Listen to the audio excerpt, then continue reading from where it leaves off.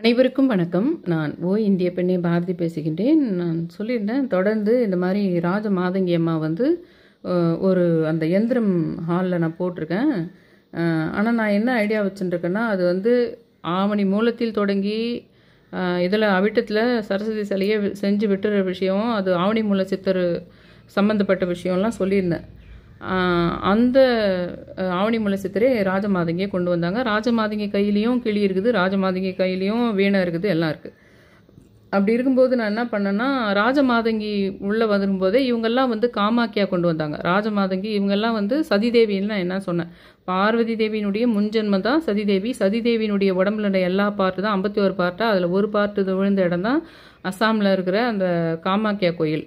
அவங்களுடைய அந்த உறுப்பு மட்டும், பிறப்பு உறுப்பு மட்டும் விழுந்த இடம் அது. இன்னும் அந்த மாதிரி தட்சிணகாளி அதெல்லாம் ஒவ்வொரு இடத்துல அவங்களுடைய ஒரு பாகங்கள் விழுந்த விஷயம் இருக்குது. இது எல்லாமே சக்தி வாய்ந்த அமானுஷ்யம் நிறைந்த விஷயமாக இருக்குது. நான் இந்த ராஜமாதங்கியை பற்றிலாம் நிறைய சொல்லிட்டேன். இன்றைக்கி வேறு விஷயம், அவங்கள நான் கொண்டு வந்தபோதே அமானுஷ்யங்கள் இந்த மாதிரி எந்திரங்களுக்கு, வீட்டில் எந்திரங்களுக்கும் சக்தி இருக்குது. அதே சமயத்தில் அவங்கள வீட்டில் வச்சு கும்பிட்டாலும் வீட்டில் அந்த நடமாட்டம் தெரியும். அது எப்போ தெரியுதுன்னா, நான் இந்த கோலம் போட்டவுடனே அதை பற்றி ஒருத்தர் சொல்கிறத கவனிக்கிறேன். இந்த எந்திரம் வீட்டில் இருந்தாலோ, ராஜமாதங்கியை வணங்கினாலோ, இல்லை வேறு ஏதாவது வாராகி மாதிரி கொஞ்சம் இந்த மாதிரி உக்கிர தெய்வங்களை வணங்கினாலோ, அப்போ அவங்களுடைய நடமாட்டம் வீட்டில் தெரியும் அப்படின்னு சொல்கிறாங்க. அந்த சமயம் பார்த்து எனக்கு சிஸ்டம் வேறு, அதாவது கரெக்டாக மகாயாள அமாவாசை அன்றைக்கும் 3 நாள் நெட்டும் இல்லாத போயிடுச்சு.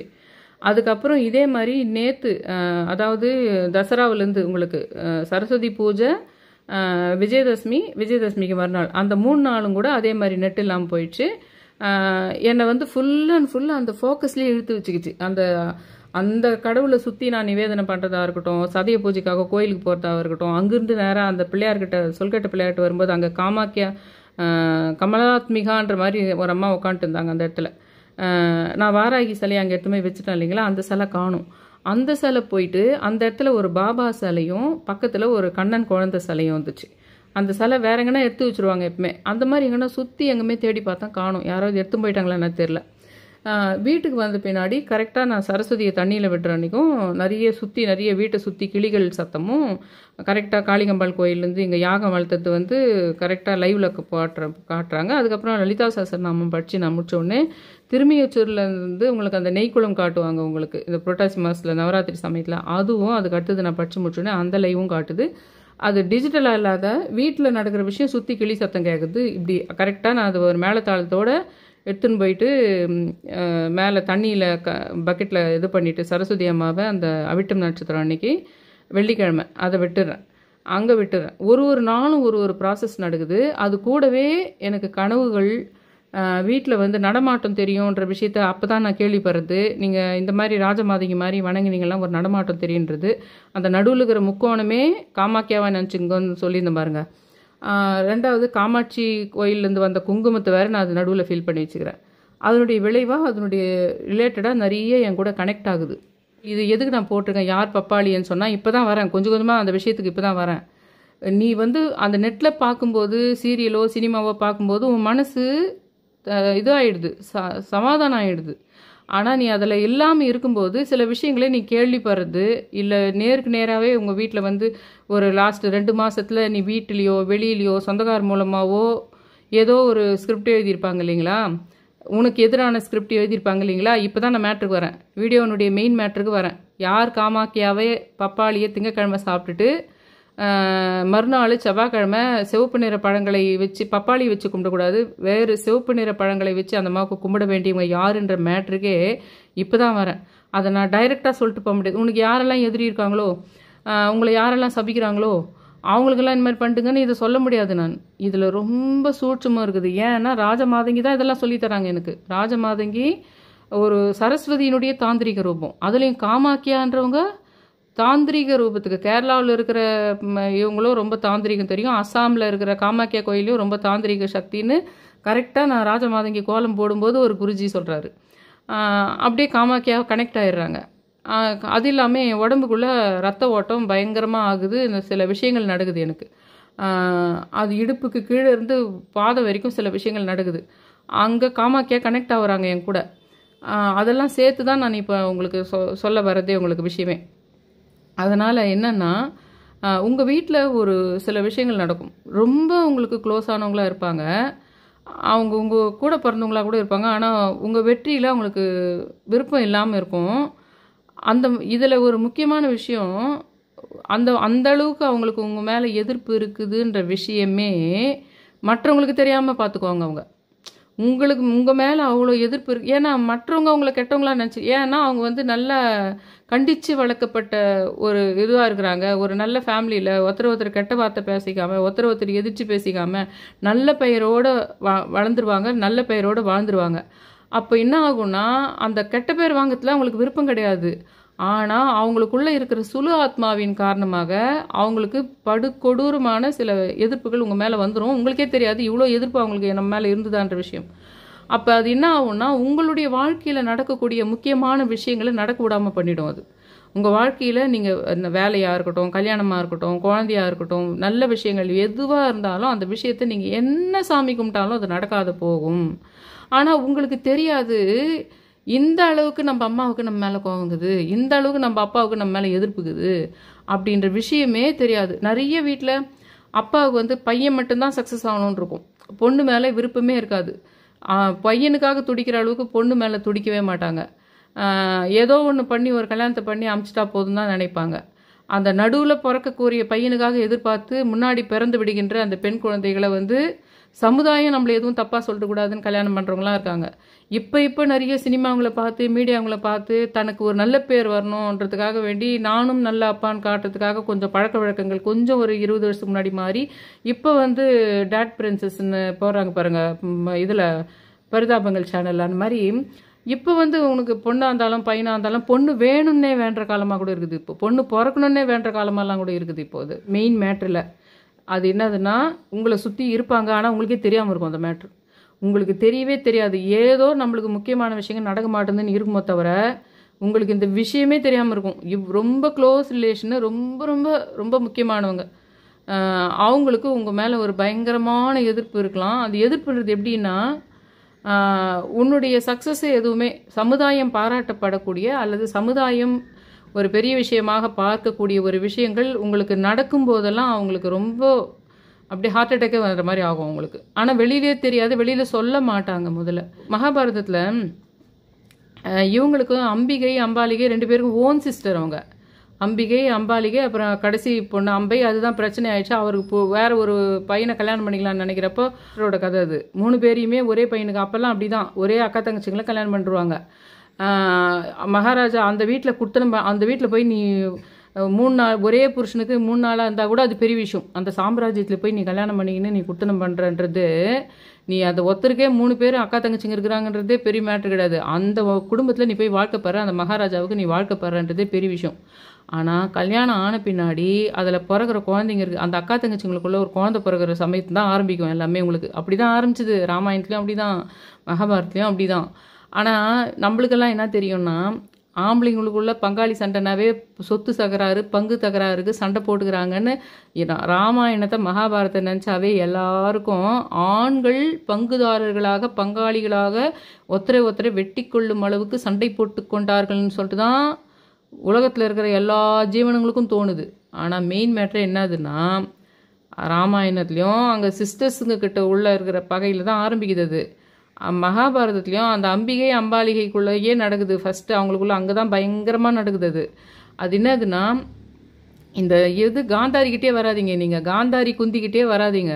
அதை முதல்ல அந்த அம்பிகை அம்பாலிகைக்கு குழந்தை அப்போல்லாம் என்ன இருந்ததுன்னா, முதல் குழந்தை ஆம்பளை குழந்தையாக இருக்கணும், அதுக்கு தான் முக்கியத்துவம். யார் ஃபஸ்ட்டு பிறக்கிறாங்களோ அவங்க தான் ராஜாவாகணும். அதில் என்ன ஆகுதுன்னா, அவங்க ஓன் சிஸ்டர் தான் அதில் தூரம் இருக்கிற அந்த இதுக்கு பிறகுது. இதில் அவங்களுக்குள்ள இவங்க குழந்தை பிறக்கும்போது யாருக்கு ஃபஸ்ட்டு பிறந்துடுதோன்னு ஒரு போட்டி நடக்குது. அப்போ ஒரு அவங்க சிஸ்டர்ஸுக்குள்ளக்குள்ளே அதுக்கு முன்னாடி வரைக்கும் ஃப்யூச்சரில் இப்படி நம்மளுக்கு பயங்கர பகையாக மாறப்போகுதுன்ற விஷயமே தெரியாது அவங்களுக்கு. அப்போ அவங்க ஒரு வேண்டுறதும் துடிக்கிறதும் அந்த வேலைக்காரி போய் பார்த்துன்னு சொல்கிறாங்க. 2 பேருக்குமே தானே அந்த முனிவர் மூலமாக குழந்தை பிறகுது. திருதராஷ்டனும் பாண்டுவும் பிறக்கும்போது திருதராஷ்டனுக்கும் பாண்டுவுக்கும் அம்மாவுங்க 2 பேரும் ஓன் சிஸ்டர்ஸ். அதில் ஒரே சமயத்தில் தான் அவங்களுக்கு குழந்தை பிறகுது. அதில் 1 நிமிஷம் 2 நிமிஷம் முன்னாடி தள்ளி யார் பிறக்குதோ அவங்க தான் மன்னன் ஆகிற தகுதி இருக்குதுன்னு வருது. யார் ஃபஸ்ட்டு பிறக்க போகிறாங்களோ, அது ஒரே நிமிஷம் தாண்டி பிறந்தா கூட யார் ஃபஸ்ட்டு பிறகுறாங்களோ அவங்களுக்கு தான் மன்னன் ஆகிற தகுதி இருக்குதுன்றது அப்போ எழுதப்பட்ட சட்டம் அது. அப்போது ஓன் சிஸ்டர்ஸுக்கு 2 பேருக்கும் அந்த நேரம் தான் நெருப்பு பறக்குது, நெருப்பு பொறி பறக்குது. வேலைக்காரியை விட்டு போயிட்டு அவங்களுக்கு பிறந்துச்சான்னு பார்த்துன்னு சொல்கிறாங்க ஃபஸ்ட்டு. 2 பேருக்கும் ஒரே முனிவரால் பிறக்க போகுது. ஆனால் 2 பேருக்கும் குழந்தை ஒரே சமயத்தில் பிறக்கும்போது கூட 1 செகண்ட் முன்னாடி முன்ன பின்ன பிறந்துச்சானா அந்த 1 செகண்ட் முன்னாடி பிறந்த குழந்தை தான் பிற்காலத்தில் மன்னன் ஆக முடியும். ஏன் இவங்க கேட்கல உங்களுக்கு? அவங்க சத்தியவதி கேட்கலீங்களா உங்களுக்கு? குழந்தை பிறந்தா அதனுடைய ஃபீலிங் எப்படி இருக்குன்னே தெரியாது முதல்ல. ஆனால் பிறகுறதுக்கு முன்னாடியே நீ தான் முதல் பையனாக இருக்கிறதுனால நீ தானே உனக்கு பிறகுற பசங்க தானே மன்னனாக வருவாங்கன்னு சொல்லிட்டு பீஷ்மரை பார்த்து கேட்குறாங்கல்ல. நீ உங்கள் அப்பாவை நான் கல்யாணம் பண்ணிக்கிறேன், ஆனால் நீ என்னை விட நீ ஃபஸ்ட்டு எனக்கு முன்னாடியே நீ உங்கள் அப்பாவுக்கு பிறந்துக்கிற, உனக்கு நாளைக்கு பிறகுற பையனை தானே பட்டத்து இளவரசன் ஆக்குவாங்க. எனக்கு பிறகுற பையனை போய் இளவரசன் ஆக்குவாங்க ஃபஸ்ட்டு, அவனை போய் மகாராஜா ஆக்குவாங்களா அப்படின்னு கேட்டதுக்கு தானே பீஷ்மர் என்ன நான் வந்து கடைசி வரைக்கும் சன்னியாசியாகவே இருந்துறேன் அப்படின்னு சபதம் பண்ணார். அங்கே கல்யாணமே ஆகாத பொண்ணு கூட அதை தான் கிளைம் பண்ணுது, என் பையன் தான் பட்டத்து இளவரசனாக வருவானா. அது மகாராஜா காலத்தில். இன்றைக்கி என்ன டேட்டுன்னா இருக்கிறவங்கள லீடிங்கில் என் பசங்க தான் இருக்கணும், இருக்கிறவங்கள லீடிங்கில். இப்போ எது மகாராஜா போஸ்ட்டுக்கு ஈக்குவலான பெல்லு அடிச்சுட்டே இருக்குது பாருங்கள். இருக்கிறவங்கள ஈக்குவலான விஷயம் எதெல்லாம் இப்போ சமுதாயத்தில் கைத்தட்டக்கூடிய விஷயமா இருக்குதோ அதையெல்லாம் எனக்கு மட்டும் இருக்கணும். உனக்கும் இருக்குமோ எனக்கும் இருக்குமா? வேணாம். எனக்கும் இருக்குது உனக்கும் இருக்குதுன்னா வேணாம், எனக்கு மட்டும். அங்கே தான் ஆரம்பிக்குது எல்லாமே. இந்த காமாக்கே அங்கே தான் கனெக்ட் ஆக போகிறாங்க. நீங்கள் கடைசி வரைக்கும் வீடியோ பார்த்தா பாருங்கள், பார்க்க கட்டி போங்க. உங்கள் வீட்டில் இந்த விஷயம் இருக்குது ஆனால் உங்களுக்கு தெரியாமல் இருக்குது. ஏன் நீ கேட்கறதெல்லாம் நடக்க மாட்டேங்குது, ஏன் நீ வேண்டதெல்லாம் நடக்க மாட்டேதுன்னா அதுக்கு இதுதான் காரணமாக இருக்குது. அது என்றைக்கோ அம்பிகை அம்பாளிக்கு நடந்த விஷயம் இல்லை, இன்றைக்கும் உங்கள் வீட்டில் இருக்குது. உங்களுக்கு சிஸ்டர் இருக்காது, வேறு ஒன்று இருக்குது. நீங்கள் சிஸ்டர், நான் சொல்கிறது அது சிஸ்டர் கதை. இங்கே வந்து வேறு ஒன்று இருக்குது, அது வேற யாரோ, அது உனக்கு தெரியாது. அது உனக்கு அந்த விஷயம் ஏன்னா உன்னை சுற்றி இருக்கிற சுலு ஆத்மா மூலமாக அது நடக்குது உங்களுக்கு. இதில் சுலு ஆத்மா மேட்டரும் இருக்குது. அம்பிகை அம்பாலிகை உடம்புல கூட ஒரு சுலு ஆத்மா உட்காந்துருக்கும். அந்த சுலு ஆத்மாவுக்கு ஹெல்ப் பண்ணுறது என்னதுன்னு தெரியுங்களா? வீடியோ நீங்கள் என்ன கடைசி வரைக்கும் பார்க்க போகிறீங்களா? அந்த சுலு ஆத்மாவுக்கு ஹெல்ப் பண்ணுறது யாருன்னு கேட்டால், ஒவ்வொரு மனுஷனுடைய உடம்புலையுமே குண்டலினி சக்தி இருக்குது. வயிற்றினுடைய அடிபாகத்தில் முதல்ல மூலாதார சக்கரங்குது பார்த்தீங்களா? அந்த மூலாதார சக்கரத்தில் இருக்கிற குண்டலினி சக்தி தான் உன்னை வந்து அவனை விட நீ ஜெயிச்சிடு, அவன் வெற்றி பெறத்துக்கு விடாத, அவனை வந்து இது பண்ணு, அவன் உன்னை இது பண்ணுறான். இல்லைன்னா சும்மாவே நிறைய பேர் ரொம்ப ப்ரொடெக்டிவாக இருப்பாங்க பார்த்தீங்களா? அவன் உன்னை அடிக்க வரான், அவன் உன்னை இது பண்ண வரான், நீ அதுக்கு முன்னாடி கத்திய தூக்கு, அவன் இந்த பக்கம் உன்னை தான் தாக்கத்துக்கு வரான். இந்த வேலைங்களை எல்லாமே ஒவ்வொரு உடம்புக்குள்ளேயும் இருக்கின்ற மூலாதார சக்கரத்தில் இருக்கிற குண்டலினி சக்தி தான் செய்யுது. ஆனால் அப்படி எல்லார் உடம்புலையும் இருக்குது. ஆனால் அப்படிப்பட்ட ஒரு உடம்புல ஒரு சுலு ஆத்மா எல்லா உடம்புலையும் இல்லை. மூலாதார சக்கரம் குண்டலினி எல்லார் உடம்புலையும் இருக்குது. ஆனால் சுலு ஆத்மா எல்லார் உடம்புலையும் கிடையாது. ஆனால் யார் உடம்புல சுலு ஆத்மா உட்காந்துங்குதோ அவங்கள அந்த குண்டலினி சக்தியும் அந்த சுலு ஆத்மாவும் ஃப்ரெண்ட் ஆகுது. அப்போ என்ன ஆகுதுன்னா, நீ கூட பிறக்கட்டும், உனக்கே உன்னுடைய வயிற்றுலேயே கூட பிறக்கட்டும். ஒரு கட்டத்தில் உங்கள் வயிற்றில் பிறந்த 2-3 பசங்க தான் அதில் ஒரு குழந்தை கூடவே பயங்கர எதிரி ஆகிற இதெல்லாம் மகாராஜா காலத்துலலாம் உண்டு உங்களுக்கு. அந்த ஒரு குழந்தை போட்டு கூட போனால் போய், ஆனால் அவங்க கையால் பண்ண மாட்டாங்க, அது போனால் கூட போய் மாட்டோன்ற அளவுக்கு வெறி பேரண்ட்ஸுக்கே இருந்த சாம்ராஜ்யங்கள்லாம் உண்டு உங்களுக்கு. சொந்த அப்பாவையே வந்து நம்மளை விட நம்ம பிரதருக்கு முக்கியத்துவம் கொடுக்குறாருன்னு சொல்லிட்டு சொந்த அப்பாவையே போட்டு தள்ளின சாம்ராஜ்யங்கள்லாம் இருக்குது. உங்களுக்கே தெரிஞ்சிருக்கும். அந்த மாதிரி நீ ஒன்றா தெரிஞ்சால் உங்களுக்கு எதனா தெரிஞ்சால் சொல்லுங்கள் கமெண்ட்டில். இந்த ராஜா இவங்க வந்து தன்னுடைய தந்தையை இது பண்ணார் அப்படின்னு சொல்லிட்டு நீங்களே சொல்லுங்கள். அந்த மாதிரி போட்டி நிறைஞ்சது தான் இந்த உலகம்ன்றது, உலக வாழ்க்கைன்றது. ஆனால் அனிமல்ஸுக்குள்ளே இப்படி இல்லை. அந்த நிமிஷம் நம்ம சாப்பிட்ற ஒரு மானை அடிச்சு சாப்பிட்ற புலி, அதுக்கு குறுக்க ஒன்று வந்துதானா, ஒரு சிங்கமோ இதுவோ வந்துதானா, அந்த நிமிஷம் அதை நெட்டி பிடிச்சி தள்ளிட்டு அதை சாப்பிடும். அந்த அளவோடு நின்று போகுது அதனுடைய குண்டலினியோட இது, அந்த மிருகங்களுக்கான இது. ஆனால் நமக்கு மனுஷனுங்களுக்கு இருக்கிற விஷயத்தில் தான் ஆத்மா, சுலு ஆத்மா, முன்ஜென்ம கர்மம், போன ஜென்ம கர்மம், இது அது எல்லாம் சேர்ந்து பயங்கரமாகுது. அந்த பயங்கரமான சூட்சுமமான பேய்த்தனமான வெள்ளி சூன்யம் ஏவலையெல்லாம் மிஞ்சின சில விஷயங்கள் எல்லாத்துக்கும் நம்ம ஜெயிக்கிறதுக்கு தான் காமாக்கியா அவங்கள மாதிரி ஆள் வேணும். இதில் என்ன ஆகும்னா அவங்களுடைய பதட்டம் வந்து ஒரு பயங்கர பதட்டம் நடக்குது பார்த்தீங்களா அந்த சமயத்தில். எனக்கா உனக்கா எனக்கா உனக்கா நடக்குது பார்த்தீங்களா அது அம்பிகைக்கு அம்பாளுக்கும். ஃபஸ்ட்டு எனக்கு பிறந்துடணும், இன்னும் 1 நிமிஷம் தாங்குது, 1 நிமிஷம் தாங்குது, 1 நிமிஷம் தாங்குது. யாருக்கு பிறந்ததோ அவங்க தான் இளவரசனாவாங்க, அவங்க தான் இளவரசனாவாங்க இருக்குது. இவங்க நம்மளோட கூட பிறந்தவங்கன்றத மறந்து போகுது அந்த நிமிஷம். அந்த சமயத்தில் என்ன ஆகுதுன்னா, அந்த நிமிஷம் ஏற்பட்ட ஒரு கொதிப்பு 100 டிகிரி செல்சியஸ் அந்த ரத்தம் கொதிச்சுதா, 200 டிகிரி செல்சியஸில் அந்த ரத்தம் கொதிச்சுதான்னு தெரியாது. ஆனால் பிற்காலத்தில் அந்த மன்னன் ஆனாங்களோ இல்லையோ, திருதராஷ்டிரனும் பாண்டவரும் எவ்வளோ உலகப்பெரிய எத்தனை வருஷங்களுக்கு தாண்டி 7000 வருஷம் 8000 வருஷத்துக்கு அப்புறம் தாண்டி நம்ம பேசக்கூடிய விஷயமா அந்த பகை மாறுச்சுன்னு பார்த்தீங்களா. அந்த நிமிஷம் அவங்களுக்கு உள்ளே ஏற்பட்ட அந்த ஒரு கனல், அதுக்கப்புறம் எத்தனை இதுங்களுக்கு ஜென்மங்களுக்கு உங்களுக்கு அது ஒரு கதையாக மாறி அது எல்லாரும் இன்றைக்கும் நம்ம பேசு பொருளாக இருக்குது இல்லைங்களா. அது ஒருத்தரே வெட்டிக்கின விஷயம் தானே. ஒருத்தரே போர்க்களத்தில் வெட்டி தான் ஆகணுன்ற ஸ்டேஜுக்கு கிருஷ்ணரே வந்துட்டார்ல. ஒன்று என்ன பண்ணுறது, நம்ம எவ்வளோ சமாதானப்படுத்துறதுக்காக பார்த்தோம், இன்னும் முடியாது, நம்ம என்ன பண்ணுறது, அது இறங்கி தான் ஆகணும், வெட்டி தான் ஆகணும்னு சொன்னார்ல கிருஷ்ணர் வந்து. அந்த ஒரு அன்னைக்கு டேட்டுக்கு அவங்களுக்கு உடம்புக்குள்ள அந்த பதட்டத்தினுடைய விளைவு. அதே சமயத்தில் நிறைய பேர் அக்கா தங்கச்சிங்களை கல்யாணம் பண்ணி கொடுத்துருப்பாங்க. இப்போ எங்கள் பாட்டி கூட எங்கள் அப்பாவுடைய அப்பாவுக்கு அந்த எங்கள் அப்பா பிறந்த உடனே போயிடுறாங்க. எங்கள் அப்பா பிறந்த 2ஆம் மாதமோ எங்கள் அப்பா பிறந்த 2 மாதத்துலையோ 3 மாதத்துலையோ எங்கள் பாட்டி போயிடுறாங்க. அவங்க பேர் பாரிஜாதம். அவங்களுக்கு எங்களுடைய தாத்தாவுக்கு வந்து அவங்களுடைய சிஸ்டரே கண்ணாமணி, நான் கண்மணின்னு சொல்லுவேன். அவ்வளோ பியூட்டிஃபுல், அவ்வளோ அழகு. அவங்க அந்த பாட்டியை வந்து கல்யாணம் பண்ணுறாங்க. அவங்க 2 பேருமே பியூட்டிஃபுல் தான். ஆனால் வந்து அந்த பாரிஜாதம் அவங்க போன உடனே அவங்க சிஸ்டரை கல்யாணம் பண்ணிடுறாங்க.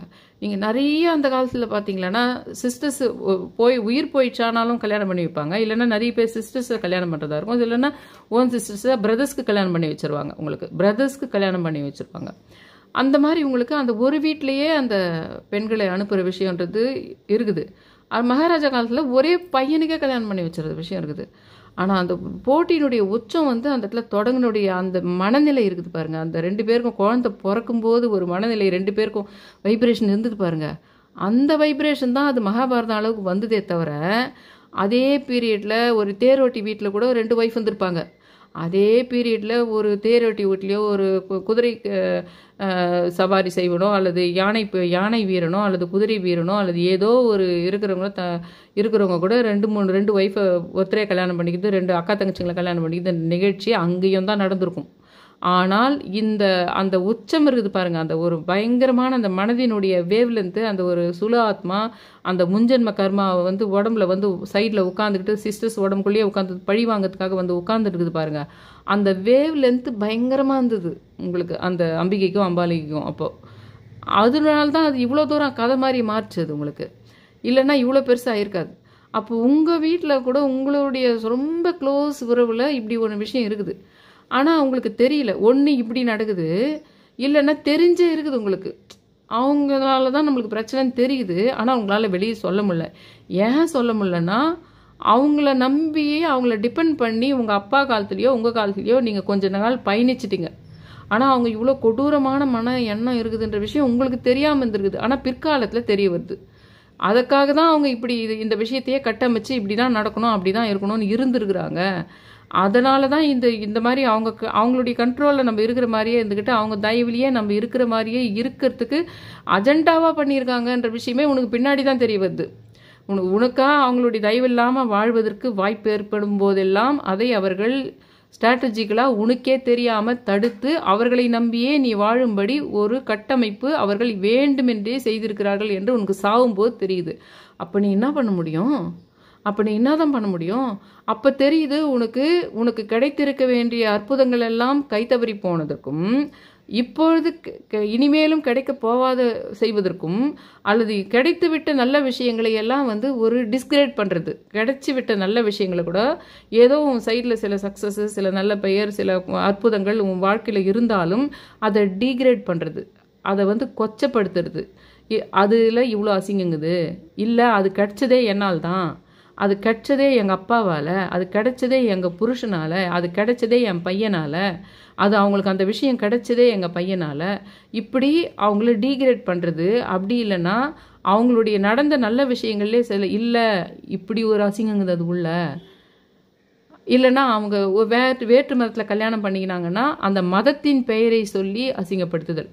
வேற்று மதத்தில் கொஞ்சம் இப்போ கிளாஸ் வைஸ் பார்க்கும்போது இவங்களை விட இவங்க கொஞ்சம் கம்மி, இவங்களை விட இது கம்மி, இவ்வளோ பேக்ரவுண்டுன்னு இருக்குது. அவங்க பேக்ரவுண்டு இன்னும் நல்ல பேக்ரவுண்டில் போய் பண்ணிக்கிறாங்கன்னா அந்த மதத்தினுடைய பெயரை சொல்லி கொஞ்சம் சபையில் 2-3 பேர் கேட்கும்போது இவங்க காதில் மட்டும் விழாதது, இவங்களுக்கு மட்டும் தெரியாதது, ஆனால் சம்மந்தப்பட்டவங்களுக்கு மட்டும் தெரியாது. ஆனால் பின்னாடி எல்லா இடத்துலையும் அதனுடைய இது வரைக்கும் அந்த மதத்தின் பெயரை சொல்லி அசிங்கப்படுத்துறதோ, ஏதாவது ஒன்று நல்ல விஷயமா நடந்திருந்தால் அதை டீக்ரேட் பண்ணிக்கிட்டே இருக்க வேண்டியது. இதெல்லாம் யாருக்குள்ளே நடக்குதுன்னா நான் சொன்ன அம்பிகை அம்பாளிகளுக்குள்ளே எப்படி உனக்கு ஃபஸ்ட்டு குழந்தை பிறகுதா எனக்கு ஃபஸ்ட்டு குழந்தை பிறகுதான்னு வந்தது பாருங்க, அந்த ஒரு வெறியினுடைய அதே சேம் விஷயம் இன்றைக்கி 2025 உங்களை சுற்றி நடக்குது. அது குழந்தை பிறகுற விஷயமா தான் இருக்கணும்னு அவசியம் கிடையாது. உனக்கு நீ ஐஏஎஸ் படிக்கணும்னு ஆசைப்பட்டியா, அப்போது அவனும் ஐஏஎஸ் படிக்கணுமா, இல்லை வேணாம், டைரெக்டாக நான் தடுக்க மாட்டேன். எனக்கு கெட்ட பேர் வராமல் செய்வேன், ஆனால் கேட்டால் அதுக்கு வேறு விளக்கம் சொல்லிடுவேன். சுற்றி இருக்கிறவங்ககிட்டலாம் கேட்டால் வேறு விளக்கம் சொல்லிவிடுவேன். ஆனால் நான் என்ன பண்ணிவிடுவேன், அதுக்கு காரணமே நீயே தான், உனக்கு கிடைக்காததுக்கு போனதுக்கு காரணமே அது நீ தான் அப்படின்னு அவங்க எதிர்க்க சொல்ல மாட்டேன். ஆனால் வெளியில் எங்கேயாவது சொந்தக்காரங்க மத்தியில் முக்கியமான ஆளுங்க எல்லாம் இருக்கிறோம் அப்படி நான் ஸ்கிரிப்ட் எழுதிக்கிட்டே இருப்பேன் ஒரு பக்கம். இன்னொரு பக்கம் அண்டர் கிரவுண்ட் வேலை பார்ப்பேன். அந்த அண்டர் கிரவுண்ட் வேலையில் அது கிடைக்காமல் செய்வதுக்கு செய்வேன். இன்னொரு பக்கம் நான் என் மனசால் நான் பதட்டத்தோடு இருப்பேன். அம்பிகை அம்பாளிக்கு இருந்தது பாருங்கள் ஒரு பயங்கரமான பதட்டத்தோடு. நான் இன்னொரு எக்ஸாம்பிள் இப்போ நான் சொல்கிறேன். இப்போ இதுங்கெல்லாம் முடிச்சுட்டு காமாக்கியா மேட்ரு 1 செகண்டில் சொல்லிடுவேன். நான் இது எல்லாத்தையும் சொல்லிவிட்டு காமாக்கியா விஷயத்தை 1 செகண்டில் சொல்லிவிடுவேன். நான் இப்படிப்பட்டவங்க தான் அந்த காமாக்கியாவை இந்த மாதிரி கும்பிடணுன்ற விஷயத்தை 1 செகண்டில் சொல்லிவிடுவேன். நான் என்னுடைய பில்டிங்கில் ஒரு சேட்டுக்காரங்க இருக்கிறாங்க. அவங்க பொண்ணுங்க 2 பேருமே ஃபாரினில் இருக்கிறாங்க. ஒருத்தர் துபாய், இன்னொருத்தர் அமெரிக்காவில் இருக்கிறாங்க. எப்பாவது அந்த அம்மாவை நாங்கள் கோமல் அம்மான்னு சொல்லுவோம். அந்த அம்மா துபாயில் இருக்கிறாங்க இப்போ பொண்ணு கூட. அந்த விஷயம் எனக்கு தெரியாது. அந்த அம்மா எப்போனா என்ன பண்ணுவாங்கன்னா என்கிட்ட வாட்ஸ்அப்பில் நீ கொஞ்சம் கீழே போயிட்டு எங்கள் பையன் நிற்கிறாங்க, அவங்களுடைய முதல் சம்சாரத்து பையன் அவங்க கோமல்னு ஒன்று இருக்குது, அதுக்கு அஜித்னு ஒருத்தருக்குறாங்க. ஆனால் கோமலம்மா தான் சொல்லுவோம் இந்த அம்மாவை நாங்கள். அந்த கீழே அஜித் நிற்கிறாரு, அங்கே போயிட்டு நான் கொஞ்சம் வாங்கிக்கோ, எங்கள் பொண்ணுக்கு இந்த கோமல் கதவு திறக்க மாட்டேங்குது, நீ கொஞ்சம் போய் அதை கேளுன்னு வாங்க எப்போனா வாட்ஸ்அப்பில். அந்த மாதிரி இப்போ அந்த விஜயதசமி அன்றைக்கோ தான், அது சரஸ்வதி பூஜை அன்றைக்கோ விஜயதசமி அன்றைக்கோ தான். அந்த அம்மா என்ன பண்ணுறாங்கன்னா என்னை கீழே போய் இது பண்ணுன்னு சொன்னதை வாட்ஸ்அப்பில் சொன்னதை நான் பார்க்கல. அந்த விஷயத்தை கொஞ்சம் லேட்டாக தான் பார்க்குறேன். ஒரு நாள் கழிச்சோன்னு தான் பார்க்குறேன். அப்போ சாரிம்மா நான் அது கவனிக்கலன்னு சொல்கிறேன். அதுக்கு அவங்க ஏதோ கேட்டுக்கிறாங்க, என்கிட்ட கேட்குறாங்க, நீ இப்போ கேரளாவில் இருக்கிறியான்னு கேட்குறாங்க என்கிட்ட. எனக்கு டக்குன்னு புரிஞ்சுது இவங்க ஏன் என்னை கேரளாவில் இருக்கிறியான்னு கேட்குறாங்கன்னு எனக்கு புரிஞ்சுது. ஏன்னா எங்கள் சிஸ்டர் ஃபஸ்ட்டு கனடா போகும்போது இதே தான் இப்போ நான் உங்ககிட்ட சொல்லிங்கிற மேட்டரே தான். ரகசியமாக சில விஷயத்த அடுத்த ஆளுக்கு தெரியாமல் வைக்கணும். யாரெல்லாம் அதை நீங்கள் கண்டுபிடிக்கிறதுக்கே எனக்கு இத்தனை வயசான காலத்தில் தாங்க தெரியுது எனக்கு. ஆனால் நான் இது ரொம்ப சின்ன வயசுலேருந்தே எனக்கு ஓரளவுக்கு புரிதல் இருந்தது. ஒரு 15 வருஷத்துக்கு முன்னாடி இருந்தே நான் எங்கள் சிஸ்டர் விஷயத்தை நான் எங்கள் பையன் விஷயத்தில் நான் பண்ணியிருந்தேனா, நான் இதை ஆரம்பத்திலே பண்ணியிருந்தேனா இன்னைக்கு ஓஹோன்னு இருந்திருப்பேன். நான் எங்கள் சிஸ்டர் விஷயத்தில் பண்ண அந்த ரகசியம் சீக்ரெட்டுன்றதும் நான் இந்த வீடியோவில் வருது. நான் என்ன பண்ணுறது, இது கூட அதை நான் ஜாயின் பண்ண வேண்டியதாக இருக்குது. நீங்கள் வீடியோ பெருசானா கவனிக்காத போகிறீங்க. அந்த ரகசியமாக வச்சமானாதான் சில விஷயங்களை சக்ஸஸ் ஆகும்னா, ஏன்னா நான் சொல்கிறேன் பாருங்கள், அந்த சூலாத்மா அந்த அம்பிகை அம்பாளிகை விஷயம் இருக்குது பாருங்கள், அப்போ அவங்களுக்கு தெரியாமையே இருக்கணும் அப்படின்னா மறைக்கணும். அதை நான் தனி வீடியோவை போடுறேன். அந்த மகாபாரத்லேயே அந்த அஞ்சான வாசம் அவங்க 1 வருஷம் தனியாக இருக்கணும், யாருக்கும் தெரியாமல் ஹைட் பண்ணி இருக்கணுன்ற விஷயத்தை பிரபஞ்சமாக கடவுளாக கொண்டு வராரு அந்த மேட்ரு. அதை பண்ணால் மட்டும்தான் அந்த பாண்டவர்களால் ஜெயிக்க முடியுன்றதுக்காக. ஏன்னா இது சுல ஆத்மாவுக்கு தெரியாமல் நடுவில் ஸ்க்ரீனை போட்டு தொலைக்கணும், அப்போ தான் அந்த விஷயமே நடக்கும். அதனால் நான் என்ன பண்ணேன்னா, எங்கள் சிஸ்டர் கல்யாணம் பண்ணுறதே அது ஒரு மாதிரி ரகசியமான விஷயமா தான் பண்ணேன். கல்யாணத்துக்கு அவங்க வந்துட்ட பின்னாடி தான் அந்த பையனோட அப்பா அம்மாலாம் யாருமே வரல, பையன் மட்டும்தான் கல்யாணத்துக்கு வந்தான்ற விஷயமே அப்போ தான் நம்ம அதை ப்ரெசென்டபுளாக பண்ணணும். அதுக்கு முன்னாடி அதை பண்ணக்கூடாதுன்னு முடிவு பண்ணிட்டேன் நான். அது முதலே சொல்லியிருந்தா கல்யாணத்துக்கு வந்திருக்க மாட்டாங்க. அப்போ யாரும் அந்த சைட்லேயும் வந்திருக்க மாட்டாங்க, இந்த சைட்லேயும் வந்திருக்க மாட்டாங்க. அப்போ ரிஜிஸ்டர் மேரேஜ்னா பண்ணிக்கொன்றதுக்கு எங்கள் சிஸ்டர் பயப்படும். அது லவ் மேரேஜ்.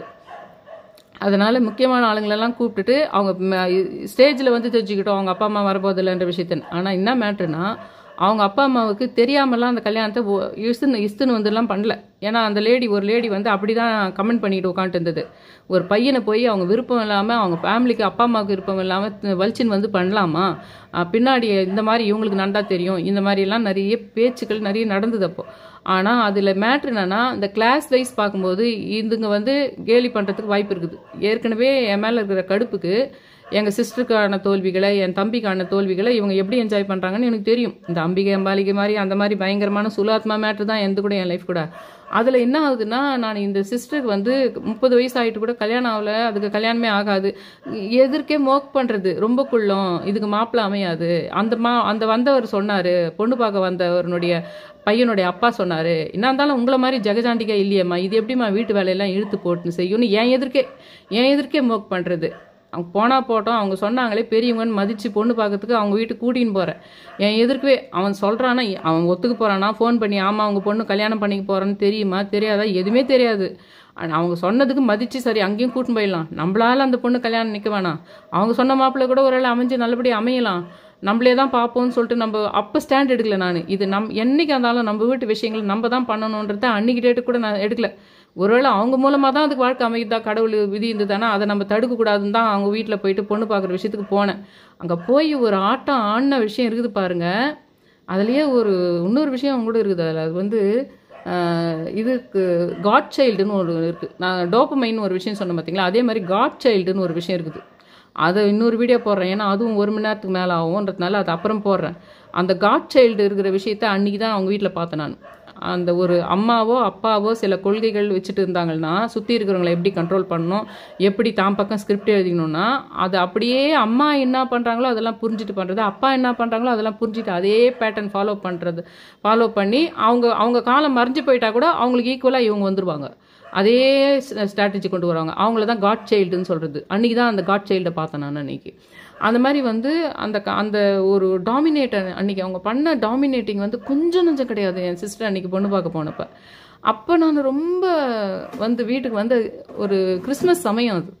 ஏன் அது அவ்வளோ ஞாபகமாக சொல்கிறேன்னா, வீட்டுக்கு வந்துட்டு ஜீசஸ் எல்லாம் வந்து நாங்கள்லாம் கிறிஸ்டின் ஸ்கூலில் படித்ததுனால நாங்கள் எல்லாமே கொஞ்சம் சில பேர் எங்கள் ஃபேமிலியிலே சில பேர் ஜீசஸ் கும்பிடுவோம், இது பண்ணுவோம்.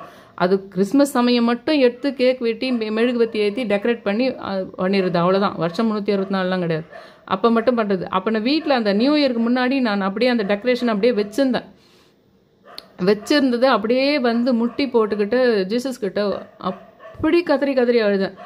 என்றைக்குமே அவங்க மட்டும் என்னுடைய சிஸ்டருக்கு மாப்பிள்ளை பார்த்துடக்கூடாது, நான் தெரியாமல் கூட்டின்னு போயிட்டேன், என்னையும் எங்கள் சிஸ்டரையும் தாக்குனது கொஞ்சம் நஞ்சம் கிடையாது. சுற்றி தாக்குனது அன்றைக்கி என்ன ஒரு அளவே கிடையாது. என்னை வளர்த்த அம்மாவும் அங்கே தான் இருக்கிறாங்க, என் பாட்டியும் அங்கே தான் இருக்கிறாங்க. அவங்க எல்லா காட்சியுமே பார்த்தாங்க. என்னெல்லாம் மோக் பண்ணாங்கன்ற விஷயத்த அவங்க 2 பேருமே பார்த்தாங்க. என்னை வளர்த்த அம்மா ரொம்ப நாளாக சீக்கிரட்டாக வச்சுருந்துக்கிறாங்க. இந்த அளவுக்கு அவங்க என் மேலே எதிர்ப்புக்கிறாங்கன்ற விஷயத்தையே என் வளர்த்த அம்மா சாவுற வரைக்கும் என்கிட்ட சொல்லாமே போயிட்டாங்க. சாவுற வரைக்கும் அவங்களுக்கு அவங்கள வந்து நான் எதிர்ச்சினானா அவங்க ரொம்ப பயங்கரமாக மாறுவாங்கன்னு என்னை வளர்த்த அம்மாவுக்கு நல்லா தெரிஞ்சிருக்குது. அதனால எப்பவுமே என்கிட்ட கேட்பாங்க, நீ அவங்க கூட ஒத்து போயிடுன்னு கேட்பாங்க என்கிட்ட எப்பவுமே. ஆனால் எங்கள் அம்மாவுக்கு நல்லாவே அவங்க யாருன்னு தெரிஞ்சிருக்குதுன்றத எங்கள் அம்மா செத்த பின்னாடி நான் தெரிஞ்சுக்கிறேன் அது எல்லாத்தையுமே. அப்புறமா அன்னைக்கு ஒரு நாள் நான் எங்கள் அம்மானுடைய ஃபேஸில் அவ்வளோ பதட்டம், இதெல்லாம் இதுக்கு தெரியக்கூடாது. ஏன்னா தெரிஞ்சால் நான் அவங்களுக்கு எதிர்ப்பு பண்ணிட்டேன்னா அவங்க பயங்கரமானவங்க, நேருக்கு நேரே தாக்க மாட்டாங்க, பயங்கர கெட்ட பேர் ஆகிடுவாங்க. பயங்கரமாக அவங்க வந்து அவங்களும் அவங்க சிஸ்டம் சேர்ந்துக்கின்னு விண்டு இல்லைன்னு பண்ணிடுவாங்க. சொந்தக்காரங்க மத்தியில் எல்லாத்துலேயும் ரொம்ப என்னை கேவலமாக மாற்றிடுவாங்க. அவங்க சொல்லியே அவங்க வந்து என்னை வந்து ஒரு இந்த பொம்பளையாக மாற்றி விட்ருவாங்க அவங்கன்னு தெரிஞ்சுக்குது அந்த அம்மாவுக்கு. அதனால தான் நீ ஸ்மூத்தாக போயிடுச்சானா இது வந்து தப்பிச்சிருவோன்னு எங்கள் அம்மா அங்கே நடக்கிற விஷயங்களா என்னை அவங்க தாக்கி பேசினாலும் அவங்க எதை பண்ணாலும் எனக்கு தெரியவே வருது இல்லத்த. அப்போ தான் நான் கடைசி வரைக்கும் அவங்க கூட ஒத்து போயிட்டாதான். இந்த இடத்துல எனக்கு யார் ஞாபகம் வருதுன்னா, அந்த பிக் பாஸில் வந்து ஃபஸ்ட்டு பிக் பாஸில் வந்து அந்த ஜூலியும் அந்த காயத்ரியும் வருது பார்த்தீங்களா. காயத்ரினுடைய இதெல்லாம் எப்படின்னா, நீ எனக்கு ஏற்ற மாதிரி இருந்து எனக்கு கண்ட்ரோலில் வந்தியானா நான் உன்னை விளையாட்டில் சேர்த்துக்குவேன், இல்லைன்னா உன் கதை அவ்வளோதான். அது ஜூலிக்கு புரிஞ்சுதான் அதை விட வெல்விஷரான, அதை விட நல்ல சப்போர்ட்டரான ஓவியாவை எதிர்த்துக்கிட்டு நம்ம காயத்ரி கிட்டேயே போயிட்டோம்னா தான் நம்ம நல்லா இருக்க முடியும்னு சொல்லிட்டு, நமக்கு உண்மையான வெல்விஷரான ஓவியாவை எதிர்த்துக்கிட்டு காயத்ரி நம்மளை ஏற்றுக்குச்சானா போதும் அப்படின்ற ஸ்டேஜ் இது. அது சேம் ஸ்டேஜ் தான் வந்து என்ன நினச்சிருக்காங்க எங்கள் அம்மா வந்து, என்னை வளர்த்த அம்மா வந்து, நான் அவங்க கூட ஒத்து போயிட்டுனாலே அவங்க கிட்ட மாட்டாமல் போயிடுவேன்னு மனசில் நினச்சிருப்பாங்க போல். அதெல்லாம் பின்னாடி கால்குலேட் பண்ண அன்னைக்கு கடைசியாக எங்கள் அம்மா உயிர் போகிறப்ப ஒரே ஒரு முறை முன்னாடி போகும்போது தான் நேருக்கு நேரே எங்கள் அம்மாவை அவங்க பேசுகிற பேச்சு இதெல்லாம் நான் பார்க்குறேன் நேருக்கு நேரு. அதாவது என்னை பற்றி பெருமையாவோ எங்கள் அம்மா வாயில் என்னை பற்றியோ என் சிஸ்டர் பற்றியோ என் தம்பியை பற்றியோ எங்கள் அம்மாவை பற்றியோ பெருமையாவோ எந்த விஷயமும் எங்கள் அம்மா வாயிலேருந்து வந்தால் அவங்க என்ன மாதிரி அவங்க பண்ணுறாங்க, மரியாதை கிடையாது, எதுவுமே கிடையாது. அவ்வளோ பயங்கரமாக ஓ இப்படி தான் நடந்துருக்குது போல இது டெய்லியே அப்படின்னு ரொம்ப நொந்து போனேன் நான். அன்றைக்கி டேட்டுக்கு ஜீசஸ் கிட்ட வந்து என்ன பண்ணுறேன்னா பயங்கரமாக ஜீசஸ் கிட்ட முட்டி போட்டுன்னு அழுறேன்.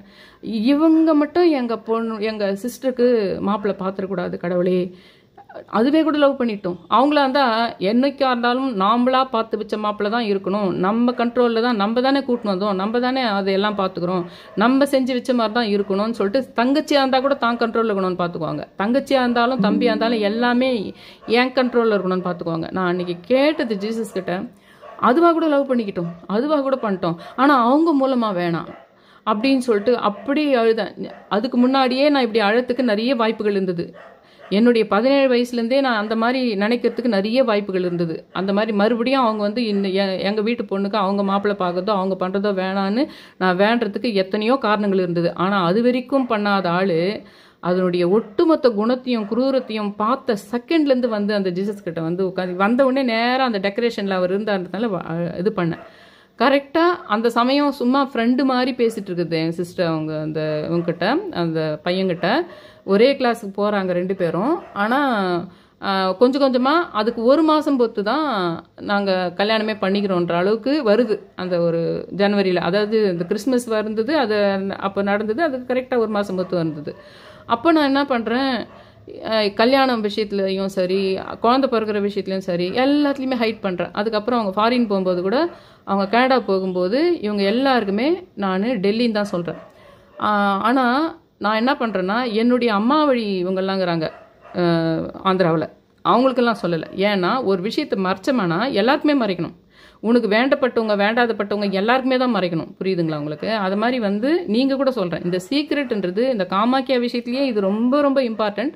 அது இன்னொரு வீடியோ அஞ்ஞான வாசன்னு சொல்லிட்டு சொன்ன பாருங்க, அதில் வருது. நீங்கள் ஜெயிக்கணும்னா சில விஷயங்கள் சில பேருக்கு தெரியவே தெரியாத பண்ணாதான் அது சக்ஸஸே ஆகும். இல்லைன்னா கடைசி வரைக்கும் நடக்காமையே போகிறதுக்கு தான் வாய்ப்பு இருக்குது. அது முன்னாடி நடந்தது எனக்கு, அவங்களுக்கு தெரிஞ்சாலே அது நடக்காதான் போகுதுன்றது தெரிஞ்சிருந்தது. ஆனால் தைரியம் இல்லை, ஆனால் அதை செயல்படுத்துகிற அளவுக்கு தைரியம் இல்லை. அதனால் வேண்டி அப்போ நான் என்ன வந்து சொல்லிட்டு போனேன். இப்போ அதே பேட்டர்ன் தான் அவங்க ஃபாலோ பண்ணுறாங்கன்னு எனக்கு தெரியும். அந்த சொன்னாங்க, அந்த கோமல்ன்ற அம்மா கேரளான்னு ஏன் என்னை கேட்டாங்கன்றதுக்கு மீனிங் அதுதான். சேம் பேட்டர்ன் அவங்க ஃபாலோ பண்ணின்னு போட்டோம். எனக்கு அதை பற்றி கவலை கிடையாது. அவங்க மறைச்சிக்கிட்டோம், நான் என் உடம்புல சுழு ஆத்மாகுதுன்னு நினைக்கிட்டோம், இல்லை என் உடம்புல எதிர்ப்புக்குதுன்னு நினைக்கிட்டோம். அதனால் எனக்கு மறைச்சி எது வேணால் பண்ணின்னு போட்டோம். அவங்களுக்கு ஒரு நல்லது நடந்தால் சந்தோஷம்தான். ஆனால் எனக்கு வந்து பதட்டம் அந்த இதில் பிறக்கும்போது ஆச்சு பாருங்க, அம்பிகை அம்பாளுக்கு உனக்கு ஃபஸ்ட்டா எனக்கு ஃபஸ்ட்டான்னு சொல்லிட்டு அவனை பதட்டம் வந்து எனக்கு கிடையாது. ஐயோ அவங்களுக்கு ஃபஸ்ட்டு எல்லாம் நந்ததேன்ற பதட்டம் எனக்கு கிடையாது. இதனால் இப்படி சொல்லியிருப்பாங்க இவங்க, இதனால் அவங்க கோமலம்மா என்கிட்ட கேரளாவுக்கு போய்க்கிறியான்னு கேட்டிருப்பாங்க அப்படின்னு நான் எனக்கு கண்டுபிடிக்க தெரியுது. எனக்கு எதனால் நீங்கள் அப்படி பண்ணியிருப்பீங்கன்னு கண்டுபிடிக்க தெரியுது அப்படின்னு ஒரு டெக்னிக்கலாக தான் பரவாயில்ல, நம்மளுக்கு கண்டுபிடிக்க தெரியுதுன்ற அளவோடு தான் நான் நிற்கிறேன் நான். ஆனால் முதல்ல உங்களுக்கெல்லாம் தெரியும், நான் கனகம்பட்டி திருச்செந்தூர் இது எல்லாம் போனேன். 4 வருஷமாக உங்ககிட்ட சொல்கிறேன் கனகம்பட்டி ஐயாவை பற்றி. ஆனால் நீங்கள் வியூவர்ஸ் எல்லாம் போயிட்டு வந்துட்டீங்க. ஏன் மேடம் நீங்கள் இன்னும் போகாதுக்கிறீங்க? அவருடைய அற்புதங்களை சொல்கிறேன், எனக்கு அவர் கனெக்ட் ஆகிறாருன்னு சொல்கிறேன். வியூவர்லாம் போகிறீங்க, நீங்கள் ஏன் போகலன்றீங்க. சில வியூவர் நான் கூட்டின்னு போட்டேன்னு கேட்குறீங்க, சில வியூவர் நான் இன்னும் கூட்டின்னு போகிறேன் வரையான்னு கேட்குறாங்க என்ன.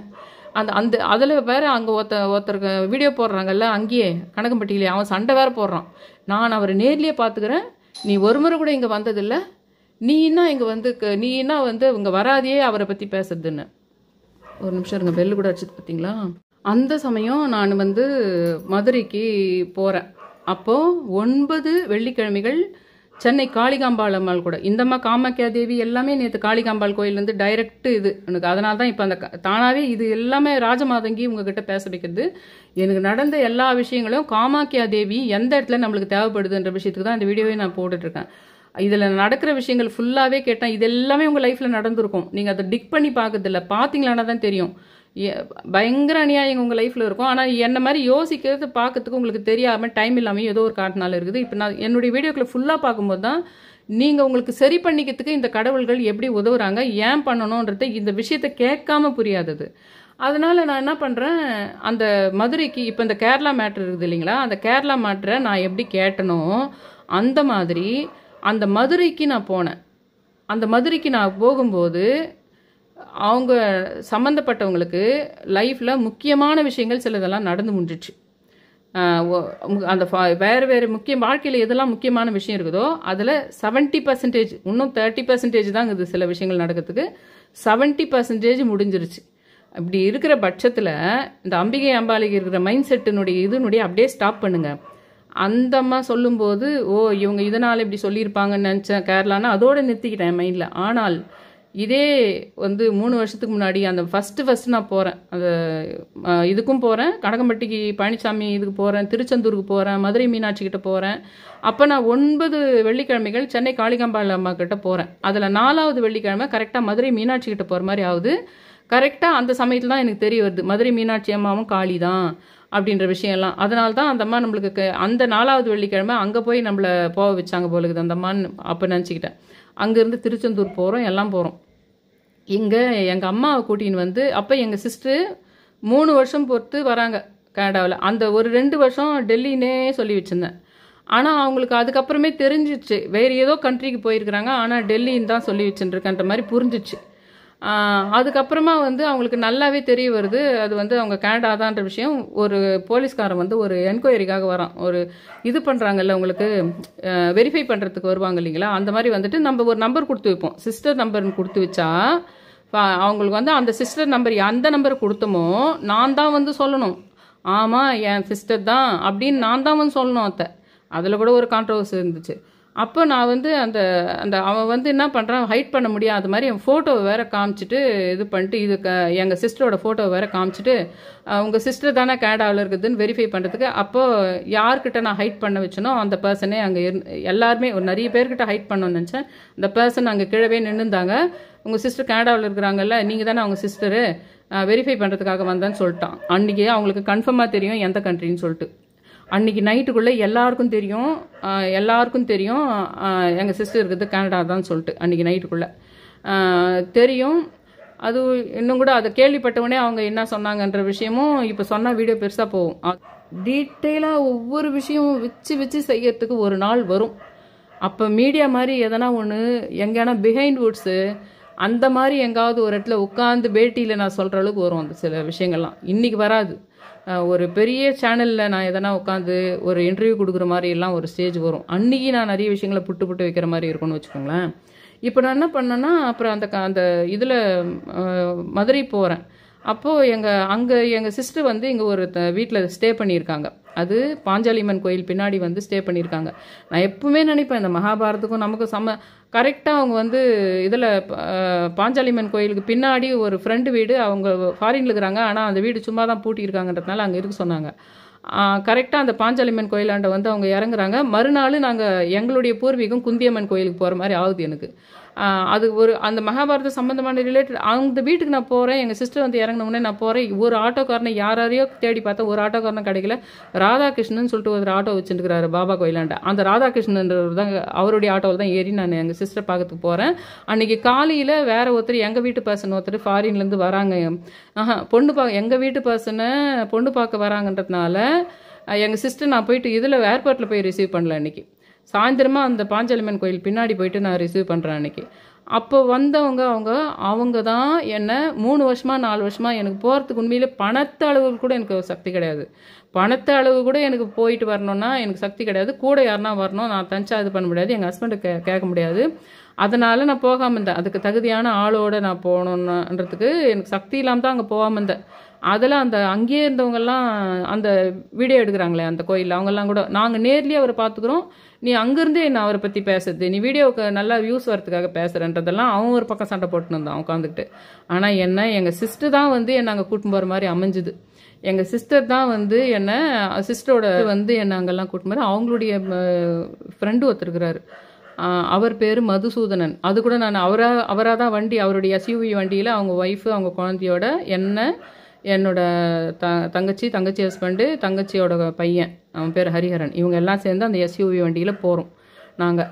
அப்போது எங்கள் அம்மாவை அங்கே போயிட்டு ஒரு 10 நாள் இருக்க சொன்னேன், எங்கள் சிஸ்டர் வீட்டில் இருக்க சொன்னேன், அந்த அவங்க தங்கியிருந்தாங்களே அந்த வீட்டில்.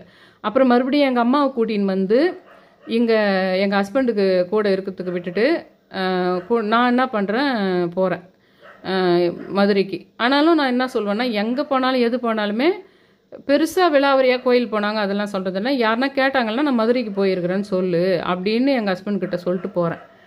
எங்கள் ஹஸ்பண்டுக்கு மட்டும் தெரியும் நான் இந்த மாதிரி 4-5 கோயிலுக்கு தான் போகிறேன்னு. அவருக்கு எப்பவுமே இந்த மாதிரி நான் ஒரு பேக் பண்ணிக்கிட்டு பேக்கில் இதெல்லாம் எடுத்துக்கிட்டு போனதில்லை.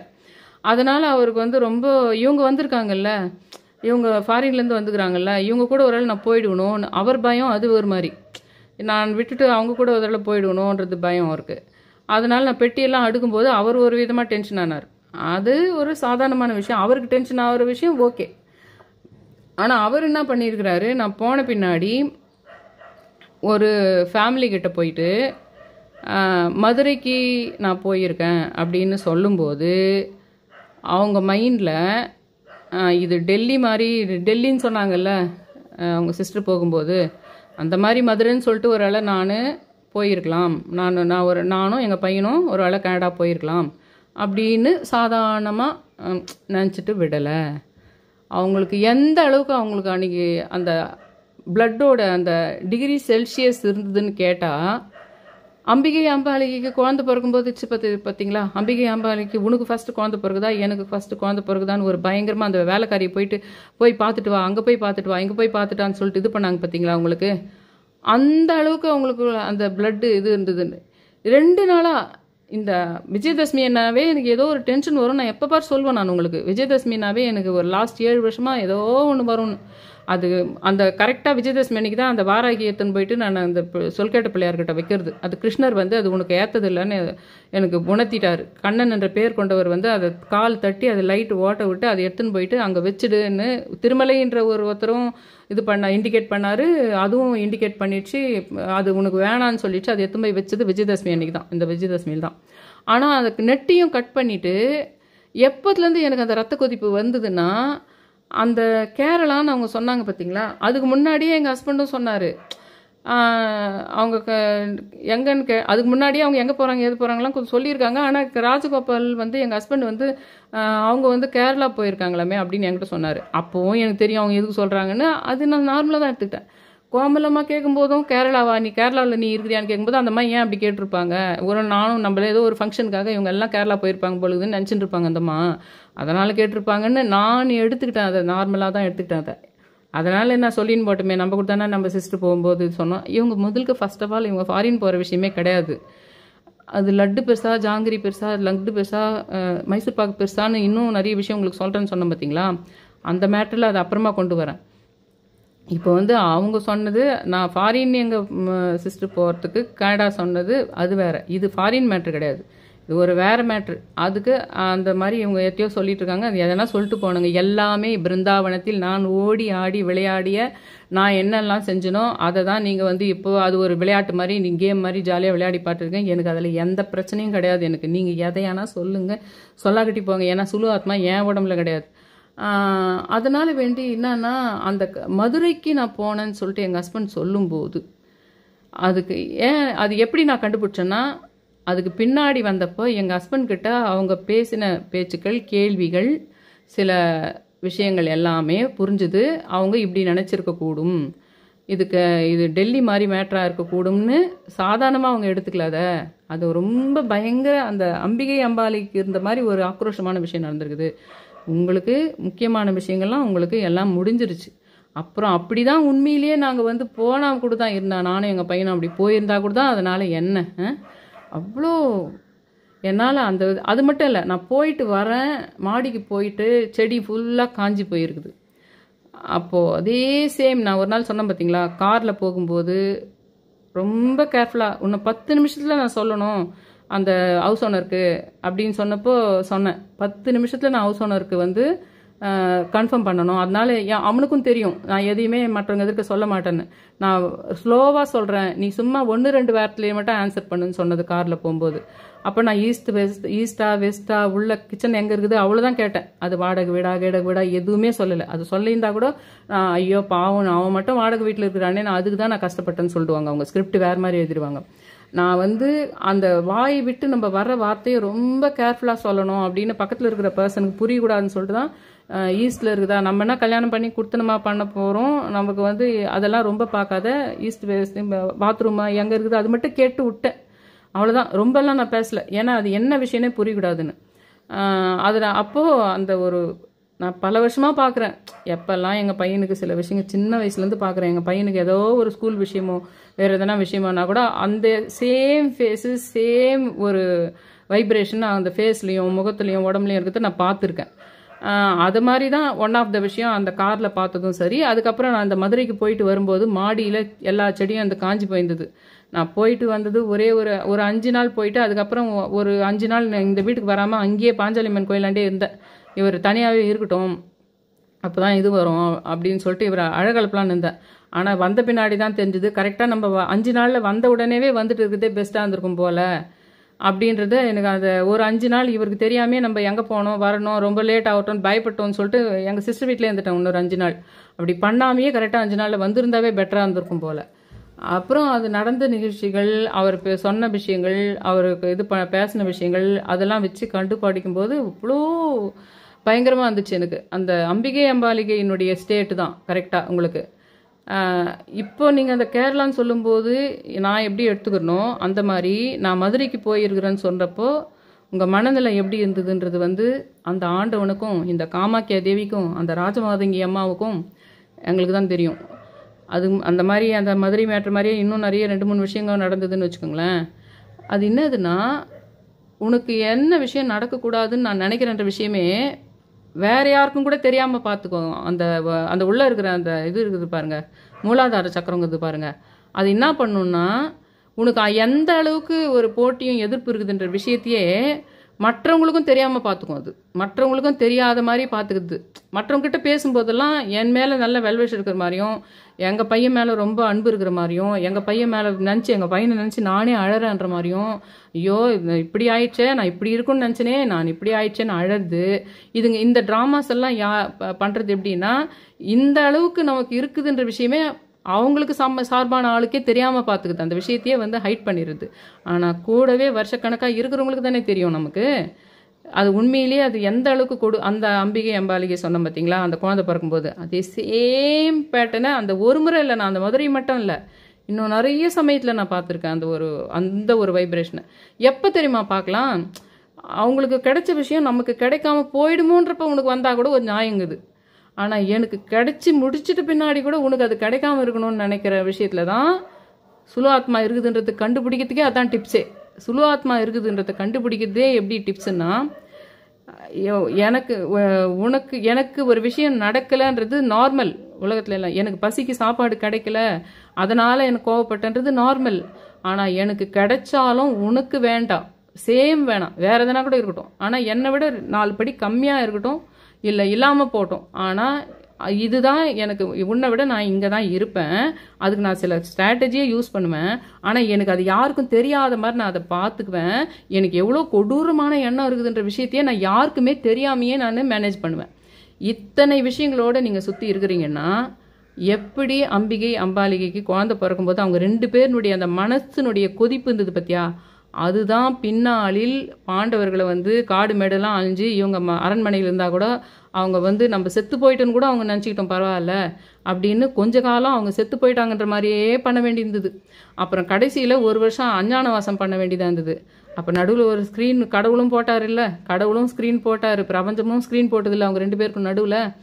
அந்த மாதிரி விஷயங்கள் தான் அது சம்மந்த மாதிரி ஒரு ஃபீல் உங்களுக்கு இருந்தால் அதை வந்து நீங்கள் கொஞ்சம் ஜீரணிக்கணும், இல்லை உங்களுக்கு சாதகமாக பிரபஞ்சம் வரணும் அப்படின்னு உங்களுக்கு தோணுச்சானா, அப்போ நீங்கள் என்ன பண்ணுங்கள், இந்த திங்கக்கிழமை மதியானத்துக்கு மேலே இரவு சமயத்தில் ஒரு 400 கிராம் அளவுக்கு பப்பாளி பழத்தை சாப்பிட்டுட்டு மறுநாள் காமாக்கியா தேவியை, வெறும் காமாக்கியா தேவினா ஒரு முக்கோணம் போட்டு அந்த முக்கோணத்துக்குள்ளே, இல்லைனா ராஜமாதங்கி இல்லைனா காமாக்கியா எந்திரம்னு போட்டிங்கன்னா நெட்டில் எதனா கோலம் வந்ததுன்னா அந்த கோலம் போட்டுக்கலாம். இல்லைனா ஒரு முக்கோணம் போட்டு அந்த முக்கோணத்துக்கு உள்ளே ஃபுல்லாக குங்குமத்தை ஃபில் பண்ணிவிட்டு அதுக்கு எதிர்க்க பழங்களை, சிவப்பு நிற பழங்களை, பப்பாளி இல்லை, பப்பாளியை முன்னாடி நாள் சாப்பிட தான் சாப்பிடணும். அந்த சிவப்பு நிற பழங்களை அதுக்கு முன்னாடி வச்சு அந்த ஒரு பழமாக வைக்கலாம், இல்லை ஒன்றுக்கு மேற்பட்ட பழங்கள் வைக்கலாம். ஆனால் சிலது சாமிக்கு சாத்தக்கூடாத பழங்கள் இருக்கும், அந்த பழங்கள் இல்லை.